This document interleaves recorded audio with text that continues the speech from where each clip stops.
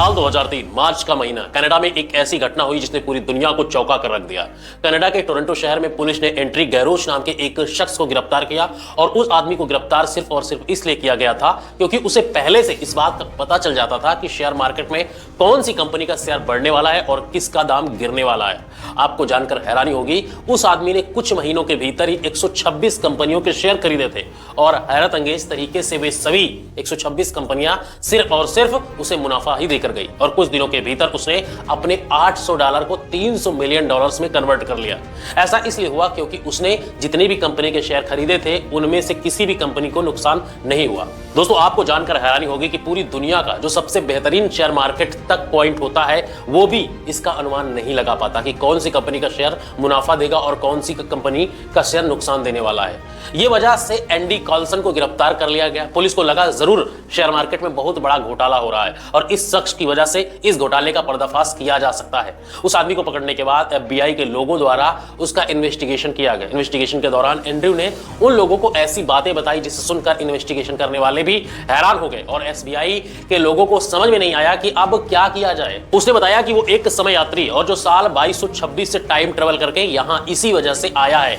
ये सब पहले से जानता है। शेयर मार्केट में इन्वेस्टिगेशन करने वाले लोगों को लगा कि वो उन लोगों को बेवकूफ बना रहा है, लेकिन हैरानी की बात तो यह है कि एक महीने तक पुलिस को इस बात तक का पता नहीं लगा पाई कि वो रहता कहां है। यहां तक कि पुलिस को उस आदमी के मां बाप, पड़ोसी, रिश्तेदारों के बारे में कुछ नहीं पता चला। आप ये कह सकते हैं कि उस आदमी का एक छोटे से छोटा डेटा भी नहीं पता चला कि कहां से है, क्यों है, कैसे आया है। दरअसल FBI के पास ऐसा कोई भी दस्तावेज नहीं मिला जो साबित कर पाता एंड्रयू का इस दुनिया से कोई अस्तित्व भी नहीं है। बार बार इंटरव्यू में पूछे जाने के बाद भी एंड्रयू सिर्फ यही कह रहा था कि वो इस समय यात्री है जो इस समय अंतराल से सिर्फ और सिर्फ पैसे कमाने के लिए यहां पर आया है। एंड्रयू ने पुलिस वालों को विश्वास दिलाने के लिए कुछ ऐसी घटनाओं के बारे में बताया जो घटित होने वाली थी। उसने यहां तक की शर्त रखी कि अगर उसे छोड़ दें तो दुनिया के सबसे बड़े आतंकी ओसामा बिन लादेन की भी जानकारी दे देगा।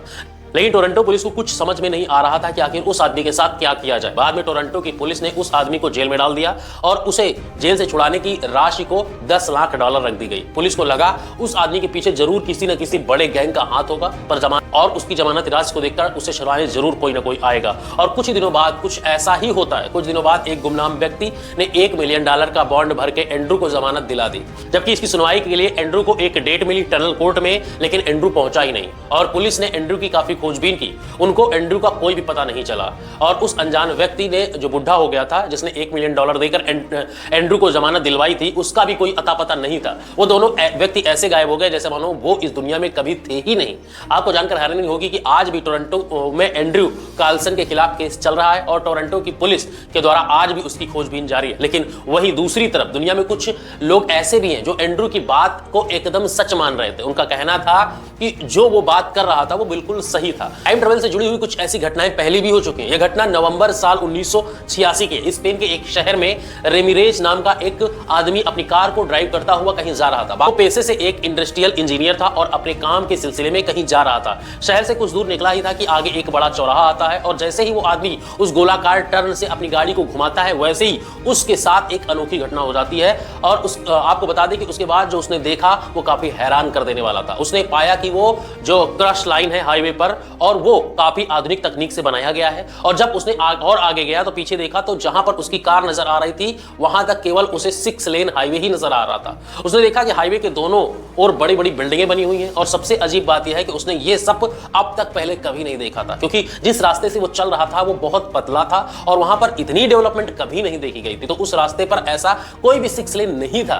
उसने कार से उतरकर चारों ओर देखा तो उसे लगने लगा कि वो किसी और शहर में आ गया, क्योंकि वहां का इंफ्रास्ट्रक्चर बिल्कुल अलग था और हाई क्वालिटी का था। अपनी कार में बैठकर उसी रास्ते पर फिर आगे की ओर चलने लगा। उसने देखा कि उसके आसपास चलने वाली कारें बहुत ही स्पीड से चल रही हैं। आसपास चलने वाली कारों की स्पीड इतनी ज्यादा थी कि आज के जमाने में कोई भी कार नहीं चला सकता। मतलब टाइम ट्रेवल करके ऐसा लग रहा था कि कोई वो टाइम में फ्यूचर में कहीं चला गया है। हाईवे पर चलते चलते उसे ट्रांसपेरेंट टनल दिखाई दिया, जिसके बाद वो ट्रांसपेरेंट टनल में प्रवेश कर गया। जैसे उसने टनल में प्रवेश किया उसकी जो कार का टेम्परेचर है वो अचानक बढ़ने लगा। टनल में प्रवेश करने के दौरान उसे किसी कंप्यूटराइज व्यक्ति की आवाज सुनाई देती है। तो वो कंप्यूटराइज मशीन उससे कह रही थी कि टाइम ट्रेवल करके वो यहाँ पर आ गया है। जैसे उसने टनल पार किया, उसका टेम्परेचर गाड़ी का नॉर्मल हो गया। टनल से बाहर निकलते ही वो लगातार 1 घंटे तक कार चलाता रहा। तभी हाईवे के बाईं और एग्जिट गेट दिखाई दिया और वो सोचने लगा और बाद में आदमी उस एग्जिट गेट में चला गया। और जैसे ही वो एग्जिट गेट के बाहर निकला तो वो उसी शहर में आ गया अपने घर के पास। उसे कुछ समझ में नहीं आ रहा था कि ये सब अचानक से क्या हो गया। उसने अपनी कार का मीटर देखा तो हैरान रह गया। उसने देखा कि अपने घर पर है, लेकिन फिर भी उसकी गाड़ी 150 किलोमीटर लंबी यात्रा कर चुकी है। और उससे भी अधिक हैरानी वाली बात यह थी कि वो जिस शहर के लिए निकला था उस शहर की दूरी मात्र 15 किलोमीटर थी।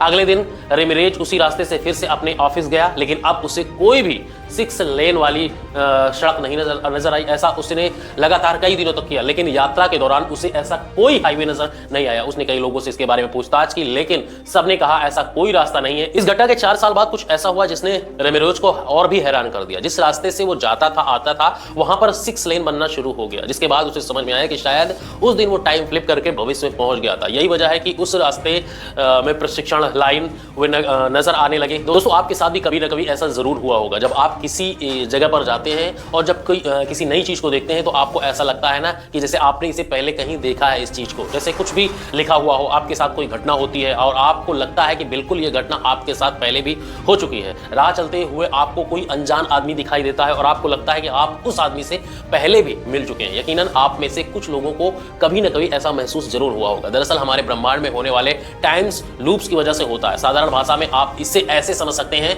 कि यह ब्रह्मांड को चलाने वाले सिस्टम मानो एक छोटा सा ग्लास है। दोस्तों, आज तक आपने टाइम ट्रेवल से जुड़ी बहुत सारी वीडियो को पहले भी कई सारी वीडियो को देखी होगी, पर आज हम आपको यह नहीं समझाएंगे कि टाइम ट्रेवल क्या होता है, बल्कि आज हमारा मकसद सिर्फ और सिर्फ टाइम ट्रेवल से जुड़ी कुछ ऐसी घटनाओं के बारे में बताना था जो ये साबित करता है कि टाइम ट्रेवल कोई कल्पना नहीं बल्कि सच्चाई है। आज दुनिया भर के वैज्ञानिक ऐसी मशीन बनाने में लगे पड़े हैं, ऐसे सिद्धांत पर काम कर रहे हैं जिससे हम समय की यात्रा करके भविष्य या फिर भूतकाल में जाना हमारा संभव हो सके।